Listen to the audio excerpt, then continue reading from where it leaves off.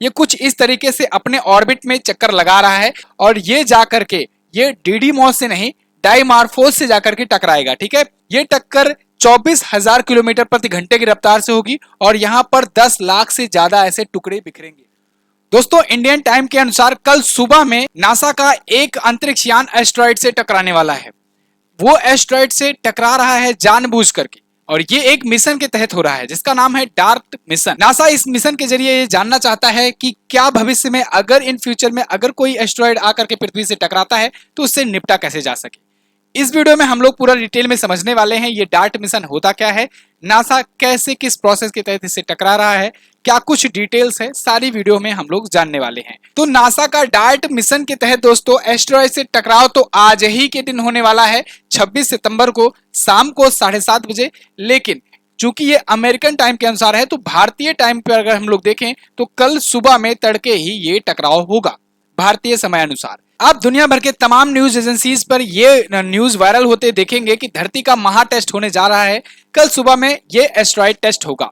Actually में दोस्तों ये एस्ट्रॉइड टेस्ट डार्ट मिशन जो होगा, डार्ट का मतलब होता है डबल एस्ट्रॉइड रीडायरेक्शन टेस्ट। इसके तहत होगा ये कि नासा अपना एक स्पेस क्राफ्ट भेजा है, अंतरिक्ष यान भेजा है और वो जाकर के एक एस्ट्रॉइड है उसका जो उपग्रह है उससे जाकर के टकराएगा।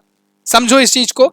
यहां पर देखो डिडीमॉस एस्ट्रॉइड है और इसका जो चंद्रमा है, ये एस्ट्रॉइड है डिडीमॉस, इसका जो चंद्रमा है यानी कि इसका जो उपग्रह है ये है डाइमार्फोस। इससे नासा का ये अंतरिक्ष यान जाकर के टकराएगा और इससे टकराने के बाद इसका ऑर्बिट चेंज होगा, साथ ही साथ इसकी स्पीड भी थोड़ा सा चेंज होगी। मैं चाहता हूं आप लोग पहले ये वीडियो देखो। ये है डिडीमॉस एस्ट्रॉइड और इसके बाद इसका जो ये है डाइमार्फोस, ये इसका उपग्रह है। ये कुछ इस तरीके से अपने ऑर्बिट में चक्कर लगा रहा है जो कि ऑर्डिनरी तरीके से अभी तक लगाता है। तो ये चक्कर तो इसी ऑर्बिट में लगा रहा है। यहां पर देखेंगे आप, ये इस ऑर्बिट में ये चक्कर तो लगा रहा है। लेकिन अब यहां से दोस्तों जो नासा का जो सैटेलाइट है, नासा का जो अंतरिक्ष यान है वो आएगा। देखिए कुछ इस प्रकार से आएगा और ये जाकर के ये डिडीमॉस से नहीं डाइमार्फोस से जाकर के टकराएगा। ठीक है, डाइमार्फोस की तरफ जा रहा है देखिए चंद्रमा पर और यहां पर जाकर के ये टक्कर होगा।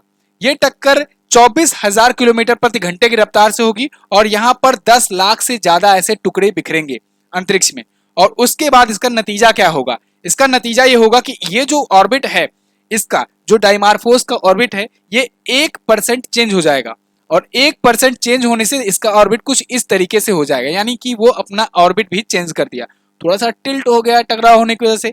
अब ये जाकर के कुछ इस प्रकार से आएगा और ये अपना नया ऑर्बिट बना लिया। इससे इसमें 10 मिनट का टाइम चेंज भी देखने को मिलेगा। अब ये सैटेलाइट नासा भेज कैसे रहा है? एक्चुअली में नासा इसके पहले अपने इस मिशन के तहत दूर से भी एक सैटेलाइट रखेगा और उसके तहत ये निकालेगा छोटी सैटेलाइट।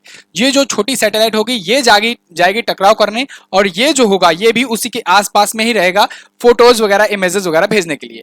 टक्कर से पहले एक चीज और होगा, टक्कर होने से जस्ट पहले ये इंफॉर्मेशन शेयर करेगा उस वाले अंतरिक्ष यान के पास जिसमें वहां का पर्यावरण, वहां की जलवायु, ठीक है, उससे रिलेटेड जो भी डिटेल्स होगी, धूल कण, सारा कुछ एटमॉस्फेयर, सब कुछ वहां का ये डाटा इधर भेजेगा इसके पास, इस वाले के पास। ठीक है, तो ये है डार्ट मिशन। ये पूरा का पूरा मिशन जो है नासा कर रहा है। ये कल सुबह 4:45 बजे होने वाला है भारतीय समय अनुसार। अमेरिकन टाइम के अनुसार आज शाम को 7:30 बजे के आसपास में होगा ये टक्कर। ठीक है, ये 1.1 करोड़ किलोमीटर दूर है पृथ्वी से, वहां पर ये टेस्ट किया जा रहा है नासा का। अगर नासा ये टेस्ट करने में सक्सेस होता है दोस्तों तो इन फ्यूचर अगर मान लीजिए कोई सा भी एस्ट्रॉइड आता है पृथ्वी की तरफ तो फिर उससे टकराव से नासा पहले ही बचा लेगा, यानी वो एस्ट्रॉइड धरती से टकराने से पहले ही टिल्ट हो जाएगा, अपनी दिशा मोड़ सकेगा, क्योंकि एस्टेरॉइड्स भी बड़े बड़े होते हैं। तो अगर वो धरती पर गिरते हैं तब भी नुकसान नहीं होगा, अगर वो समुद्र में भी गिरेंगे ना तभी भी बहुत ज्यादा नुकसान होगा। समुद्र में अगर कोई एस्टेरॉइड गिरता है तो फिर भयंकर सुनामी आने का डर रहता है, खतरा रहता है। अगर मैं इस डिडीमॉस एस्टेरॉइड की बात करूं दोस्तों तो इसका कंपैरिजन आप कुछ बिल्डिंग्स के थ्रू कर सकते हैं। जैसे जो बुर्ज खलीफा देखे हैं आप, बुर्ज खलीफा की ऊंचाई है 830 मीटर। ठीक है, यहां पर ये 780 मीटर का ये है डिडीमॉस। अब इसी का उपग्रह है छोटा वाला। ठीक है, ये वाला जो उपग्रह है डाइमार्फोस जो है ये 163 मीटर ऊंचा है। आप 163 मीटर ये ऊंचा देख रहे हो, 182 मीटर की ऊंची अपनी स्टैच्यू ऑफ यूनिटी है। ठीक है, यानी इससे थोड़ी सी ही बड़ी है। और 321 मीटर का जो है वो एफएल टावर है। तो आप देख सकते हो, कंपेयर कर सकते हो। और जो ये सैटेलाइट है ना, ये एक बस के बराबर है। 14 मीटर लंबा ये सैटेलाइट होगा जो इससे टक्कर करेगा, इससे टकराएगा, और टकराने के बाद दोस्तों ये टिल्ट होगा, अपना अपना जो 1% इसका ऑर्बिट है वो उससे चेंज करेगा, और उस 1% के होने की वजह से ये नया अपना पाथ बना लेगा। धीरे धीरे करके ये एक समय ऐसा आएगा कि इससे जाकर के टकरा जाएगा।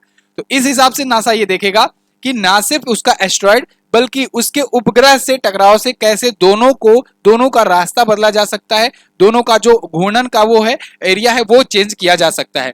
इसको लेकर के नासा ने ट्वीट वगैरह भी किया है। दोस्तों एस्टेरॉयड ऐसा नहीं है कि पृथ्वी पर आते नहीं है या अभी तक गिरे नहीं है कभी। एस्टेरॉयड इससे पहले भी धरती पर टकरा चुके हैं, बहुत बार ऐसा हुआ है।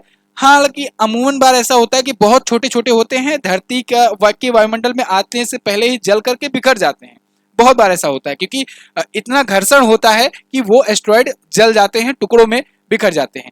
लेकिन जो बड़ा वाला एस्टेरॉयड अगर बात करें तो अभी तक दोस्तों 1908 में एक बहुत बड़ा जो था, जो अब तक का सबसे बड़ा माना जा सकता है, मतलब ज्ञात दुनिया में, कि 1908 में एक साइबेरिया में गिरा था। ये केवल 40 मीटर ही बड़ा था, लेकिन ये एस्टेरॉयड गिरा जब था ना साइबेरिया में एक जंगल में, तो ये लंदन शहर के बराबर की दूरी के जंगल को दोस्तों तहस नहस कर दिया था।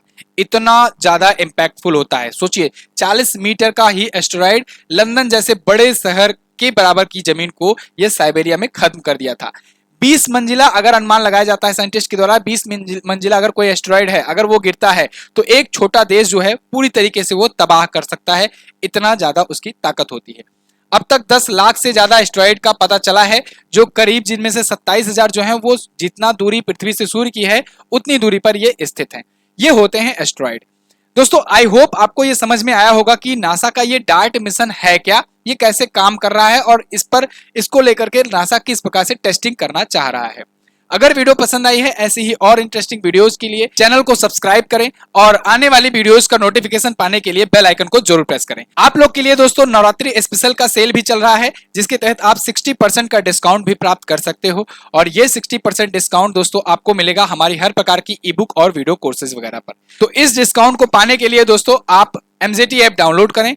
MZT ऐप पर जाकर के आपको कूपन कोड में एंटर करना है माँ दुर्गा। अगर आप सिंपली माँ दुर्गा कूपन कोड में यूज करते हैं तो आपको मिल जाएगा 60% का डिस्काउंट। याद रखिएगा, आपको कोई सा भी इसमें स्पेस नहीं रखना है, आपको MA कैपिटल में DURGA लिखना है कूपन कोड में। MZT ऐप पर जाकर के आपको किसी भी ई बुक या किसी भी कोर्स में डिस्काउंट चाहिए तो वहां पर 60% का मिल जाएगा। लिमिटेड टाइम के लिए ऑफर है, आप इस ऑफर का जरूर से फायदा उठाएं।